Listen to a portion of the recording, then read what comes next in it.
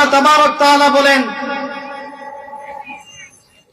আমি আল্লাহ প্রত্যেকটা মানুষকেই জ্ঞান দিয়েছি, সত্য এবং মিথ্যা বোঝার জন্য যা প্রয়োজন আমি আল্লাহ দিয়েছি। আমার রাসূল হাদিস শরীফের ভিতরে বলতেছেন, আমি নবীর প্রত্যেক উম্মতেরকে আল্লাহ তাআলা যেই নিয়ামত দিয়েছেন, প্রত্যেকটা নিয়ামতের হিসাব আল্লাহ তাআলা কাল হাসরের ময়দানে হিসাব নেবেন। আমি আপেল খাই, ফল খাই, যত কিছুই খাই, এগুলা সবচাইতে বড় নিয়ামত নয়। দুনিয়ার ভিতরে সবচাইতে বড় নিয়ামত হচ্ছে আমার আর আপনার রাসূল, পেয়ারা মাহবুব, দু জাহানের বাদশা মুহাম্মদুর রাসূলুল্লাহ সাল্লাল্লাহু আলাইহি ওয়াসাল্লাম। নাকি তিনার চাইতে বড় নিয়ামত আর দুনিয়াতে কিছু আছে?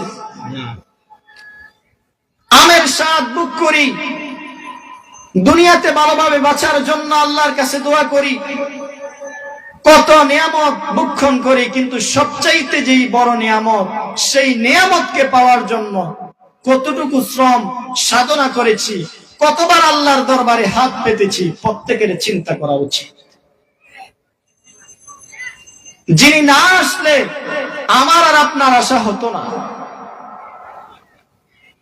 যিনি আমার আর আপনার জন্য দুনিয়ার শুরু থেকে, এই দুনিয়াতে আগমন করার শুরু থেকে, দুনিয়া থেকে নবীজি যখন শরীয়তে চলে যাচ্ছেন তখনও রব্বি হাবলি ইয়া উম্মতি, যিনি শুরু এবং শেষ, যেই দিন আমার রাসূলকে রওজা মুবারক থেকে তোলা হবে, সেই দিনও আমার রাসূলের জবান মুবারকে একটা শব্দ থাকবে, সেটা হচ্ছে উম্মতি। যিনি এত কিছু করলেন আমার আর আপনার জন্য, তিনি হচ্ছে সবচেয়ে বড় রহমত। আল্লাহ তাআলা যে রহমতের হিসাব নিবেন, নিয়ামতের শুকরিয়ার হিসাব নিবেন, এত বড় নিয়ামত পেয়ে কতটুকু শুকরিয়া আদায় করতে পেরেছি, আল্লাহ কিন্তু তার হিসাব ময়দানে মাহশরে নিয়ে যাবে, দিতে হবে আল্লাহর দরবারে।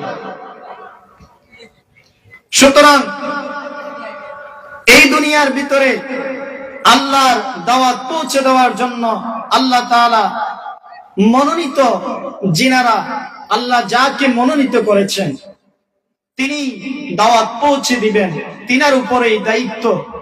আর তিনার প্রত্যেকটা কথা ঈমানের সাথে, ভালোবাসার সাথে গ্রহণ করে মানার নাম হচ্ছে মুসলমানি, গ্রহণ করে মানার নাম হচ্ছে আশিকে রাসূল, গ্রহণ করে মানার নাম হচ্ছে আশিকে মুজাদ্দিদ।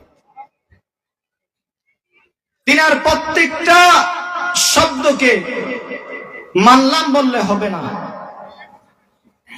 মেনে ভালোবাসার সাথে গ্রহণ করে পালন করার নাম হচ্ছে আশিকে রাসূল, অন্যথায় আশিকি বিরানি বা যাহাই বলেন। কারণ বহু সংখ্যক বিরানির আশিকও আছে, তাবারুকের আশিকও আছে, দুনিয়ার মানুষের আশিকও আছে, কিন্তু আল্লাহর প্রতিনিধি, আল্লাহর ওলির আশিক দুনিয়ার ভিতরে কম আছে। নাকি বিরানির আশিক নাই? তো সুতরাং দুনিয়ার যেই কথা বলতেছিলাম, তিনি যেই দাওয়াত দিবেন, তিনি যে আদেশ দিবেন, তিনি যেই নির্দেশ দিবেন, তিনার আদেশ এবং নির্দেশকে বিশ্বাসের সাথে গ্রহণ করে, ভালোবাসার সাথে পালন করে যেই ব্যক্তি করবেন, গ্রহণ করবেন, পালন করবেন, তিনি হচ্ছেন মুমিন, তিনার নামই হচ্ছে আশিকে রাসূল। কাল হাসরের ময়দানে তিনার জন্য, হাসরের ময়দান মিকদারুহু 50,000 সানা, 50,000 বছর তিনার জন্য না। কাল হাসরের ময়দানে আল্লাহর রাসূল হাউজে কাউসারের কাছে দাঁড়িয়ে থাকবেন, হাউজে কাউসারের পানি পান করার জন্য এই আশিকদেরকে আল্লাহর রাসূল নিজের হাত মুবারক দ্বারা পান করিয়ে দিবেন।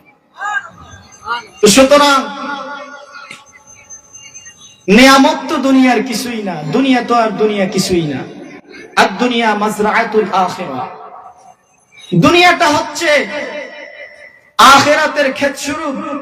আমার আর আপনার জমিনের ভিতরে যেমন ফসল ফলানোর ফলে এই জমিনের ভিতরে ধান রোপণ করি বা যাই রোপণ করি, একটা সময় সে এসে আমাদেরকে কি দেয়? ফলন দেয় না? দেয়। তাইলে বীজ রোপণ করলাম কোন উদ্দেশ্যে? ফলনের উদ্দেশ্যে না। ধান রোপণ করেছেন কোন উদ্দেশ্যে? ধান পাওয়ার জন্য নাকি শেষ হয়ে যাওয়ার জন্য? পাওয়ার জন্য। যদি না পাই তাইলে ওই কৃষককে কি বলবেন? ধরেন আমি ধান রোপণ করলাম, ধান পাইলাম না, ক্ষেত নষ্ট হয়ে গেল, আমার এই রোপণ করার কোন মানি আছে, কোন অর্থ আছে? তো এই দুনিয়ার ভিতরেও যদি কোনো কাজ করলাম, সেই কাজ যদি আমার আখিরাতের জিন্দেগির ভিতরে না আসে, এই দুনিয়ার কি কোনো মূল্য আছে? নাই। আর এই দুনিয়ার প্রত্যেকটা কাজের মূল্যায়ন তখনই হবে যখন আমার আযান হবে রসুলের সুন্নত মোতাবেক, আমার নামাজ যখন হবে রসুলের সুন্নত মোতাবেক, আমার জিকির যখন হবে রসুলের আদর্শ মোতাবেক, আমার জীবন যখন পরিচালিত হবে আল্লাহর ওলিগণের অনুসরণের মোতাবেক, তিনাদেরকে অনুসরণ করে যখন আমার জিন্দেগি পরিচালিত হবে, তখনই আমার এই জিন্দেগি আল্লাহর দরবারে কবুল হবে। আর প্রত্যেকটা আল্লাহর ওলির আশিকগণ যারা আছে প্রত্যেকেই নবী প্রেমিক, আর প্রত্যেক নবী প্রেমিক হচ্ছে আল্লাহর প্রেমিক। সরাসরি দুনিয়ার কোন মানুষ আল্লাহর প্রেমিক হতে পারবে না। যতগুলা দেখতেছেন সরাসরি আল্লাহর কাছে আল্লাহর প্রেমিক, প্রত্যেকটাই দুনিয়ার ভিতরে আমাকে আপনাকে ধোঁকা দিচ্ছে। বলেন তো, আমি 10 তলায় উঠবো, 2 তলা 3 তলা 1 তলা বাদ দিয়ে ওঠা সম্ভব? বলেন কোনদিন সম্ভব? তা আল্লাহর কাছে যেতে হলে, রসুলের কাছে যেতে হলে আগে যিনি এই জামানার বেলায়েতের অধিকারী তিনাকে আগে মানতে হবে। তিনাকে মানার মাধ্যমেই আমি রসুলের কাছে যেতে পারবো, আর রসুলের কাছে যেতে পারলেই আমার চলে যাওয়া হবে আল্লাহর কাছে। তো সুতরাং আল্লাহকে পাওয়ার জন্য আল্লাহ রসুলের তাবেদারি করতে হবে, আল্লাহর হক্কানি আউলিয়া কেরামগণের তাবেদারি করতে হবে। আর এই পথ মত ব্যতি রেখে যত আমল করি না কেন, প্রত্যেকটা আমলে আমার বিনষ্ট হয়ে যাবে। কাল হাসরের ময়দানে শুধু আফসোস করব, ইয়া লাইতানি কদ্দামতু লিহায়াতি, হায় আফসোস যদি দুনিয়ার ভিতরে আল্লাহ রসুলকে মেনে রসুলের সুন্নত তরিকাতে আযান দিয়ে যদি ইবাদত করে আসতে পারতাম, তাইলে এই দুনিয়াতে আল্লাহর দরবারে কিছু দেখাতে পারতাম, আজকে হাসরের ময়দানে কিছু দেখাতে পারতাম। ইয়া লাইতানি কদ্দামতু লিহায়াতি। সূরা ফজরের ভিতরে আছে 30 নম্বর পারা, আল্লাহ তাআলা আল্লাহর রাসূলের জবান মোবারক দ্বারা প্রকাশ করতেছেন। নবীজি বলতেছেন, কাল হাসরের ময়দানে যখন ওয়াজিআ ইয়াউমা ইদিন বিজাহান্নামা, সূরা ফজরের আয়াত, আল্লাহ তাআলা বলতেছেন যখন জাহান্নামকে আনা হবে, আর কিভাবে আনা হবে তার বর্ণনা আল্লাহর রাসূল হাদিসে মুবারকার ভিতরে দিতেছেন। আল্লাহর নবী বলতেছেন যখন জাহান্নামকে আনা হবে 70,000 শিকল দিয়ে জাহান্নামকে বেঁধে রাখা হবে, আর প্রত্যেকটা শিকলের ভিতরে 70,000 ফেরেশতা ধরে রাখবে। আর এই পরিস্থিতি দেখেই এক শ্রেণীর মানুষ বলবে, ইয়া লাইতানি কদ্দামতু লিহায়াতি, হায় আফসোস আজকে যদি এই দুনিয়াতে আল্লাহর কাছে দেখানোর মতো কিছু ওই দুনিয়াতে করতাম, যদি কোন মাহফিলে, হক্কানি মাহফিলে, আল্লাহর ওলি মাহফিলে যদি 10 টাকা দান করতে পারতাম, যদি রসুলের সুন্নত তরিকা মোতাবেক আযান দিয়ে এই দুনিয়াতে আসতে পারতাম, আর কিছু দেখাতে পারি আর না পারি, একটা কথা তো বলতে পারতাম, আল্লাহ কিছু নাই আমার জিন্দেগিতে, একটা আছে, সেটা হচ্ছে ভালোবাসার সাথে তোমার রসুলের একটা সুন্নতকে আমি ওই দুনিয়াতে পালন করে এসেছি। যদি আল্লাহ পারো এর বিনিময়ে দাও, না পারলে নাই, একটা কথাও তো বলতে পারতাম। যদি নাই করি কিভাবে বলবো? যদি নাই থাকে কিভাবে দেখাবো? আর এই দুনিয়ার ভিতরে যত মানুষ আছে, যত দল আছে, যত পথ আছে, যত মত আছে, প্রত্যেকটা দলেরই প্রতিনিধি আছে, নাই? বলেন নাই? হ্যাঁ, প্রতিনিধিদের প্রসঙ্গে যেহেতু কোরআনুল কারীমের ভিতরে আসছে, কোরআনের কথা বলতে কি আমার কোনো ভয় আছে? আল্লাহ তাআলা বলছেন বলার জন্যই তো, না গোপন রাখার জন্য? যারা দুনিয়ার ভিতরে, মনে রাখবেন, দুনিয়ার ভিতরে মানুষ পথভ্রষ্ট হয় এক কারণে। কোন কারণে? এক কারণে, অনুসরণের মাধ্যমে। হয় ব্যক্তি যার অনুসরণ করে সে তাকে জাহান্নামের দিকে নিয়ে যায়, ব্যক্তি যার অনুসরণ করে হয় ওই ব্যক্তি তাকে জান্নাতের দিকে নিয়ে যায়। মানুষ পথভ্রষ্ট হয় কয় কারণে? এক কারণে, অনুসরণ, আর কিছু না। এমন কোন মানুষ পাবেন না যিনি কারো না কারো অনুসরণ করে না। আর সেই দিন যারা দুনিয়ার ভিতরে পথভ্রষ্ট ব্যক্তিদের অনুসরণ করে কাল হাসরের ময়দানে জাহান্নামের ভিতরে চলে যাবেন। সেই দিন ওই ব্যক্তিরা বলবেন, আল্লাহ আমাকে যে আযাব দিবা সেই আযাবের ডাবল দিবা তাদেরকে, যাদেরকে অনুসরণ করার কারণে আজকে আমি আল্লাহ জাহান্নামের ভিতরে এসেছি। দিআইফাইন মিনাল আযাব, ডাবল আযাব দিবা। আল্লাহ তাবারক তাআলা সূরা আহজাবের ভিতরে বলতেছেন, ইয়াউমা তুকাল্লাবু উজুহুহুম ফিন-নারি ইয়াকুলু ইয়া লাইতানা আতা'না আল্লাহ ওয়া আতা'না আর-রাসূল।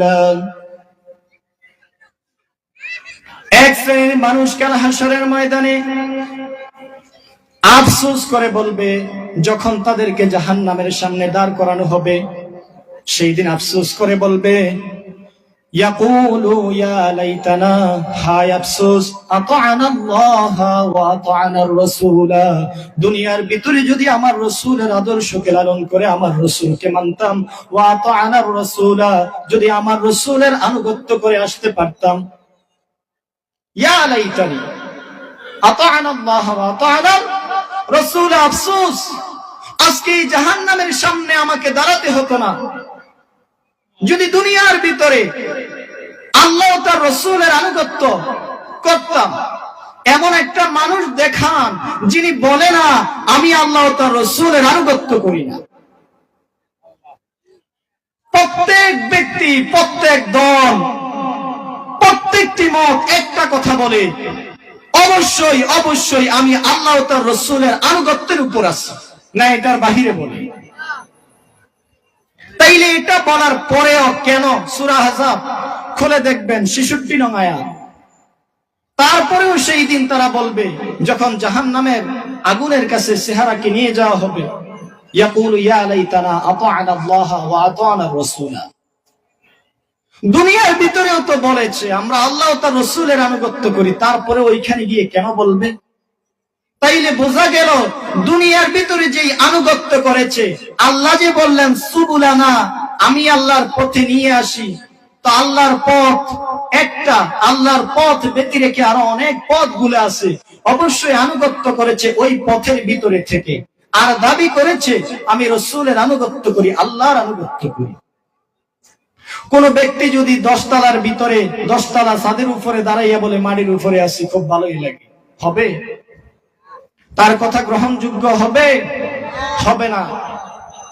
তো সুতরাং 10 তলা বিল্ডিং এর উপর দাঁড়িয়ে যেইভাবে এই কথা বলা হাস্যকর যে আমি মাটির উপরে দাঁড়িয়ে আছি, মাটি কত সুন্দর, মাটির উপর হাঁটতেছি, অথচ জমিন তার চাইতে অনেক নিচে, এই কথা যেমন হাস্যকর, আল্লাহ ও তার রাসূলের পথ মতের ভিতরে না থেকে অন্য পথের ভিতরে থেকে এই কথা দাবি করাও হাস্যকর।